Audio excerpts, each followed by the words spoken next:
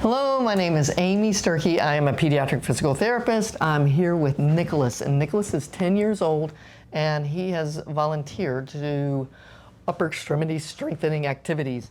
One of the very tricky ways you can do arm strengthening is push-ups on a ball. That is super hard, but he is ready to go.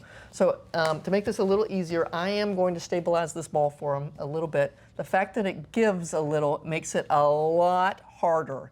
Try to sink your belly button down to the floor a little bit. And come up. Ooh, way to go. Come on down. Sink your belly button a little bit more. Yep, and come back up. So you see this is super hard. For Romello, one of the things I could try is put it up on something a little bit higher. So I'm just going to go off camera for a second and grab something.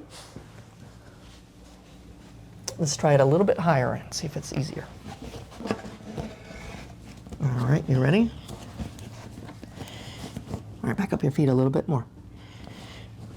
Ready? You got to come down and then come back up. You got to sink your hips down. Here you go, buddy. Sink your hips down. Oh, back up your feet.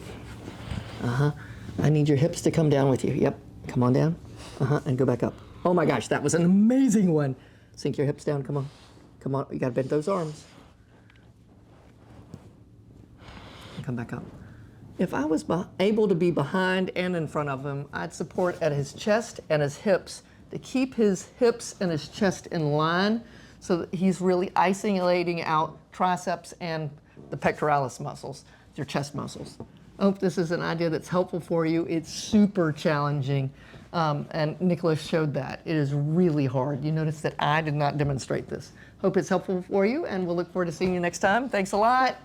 Bye.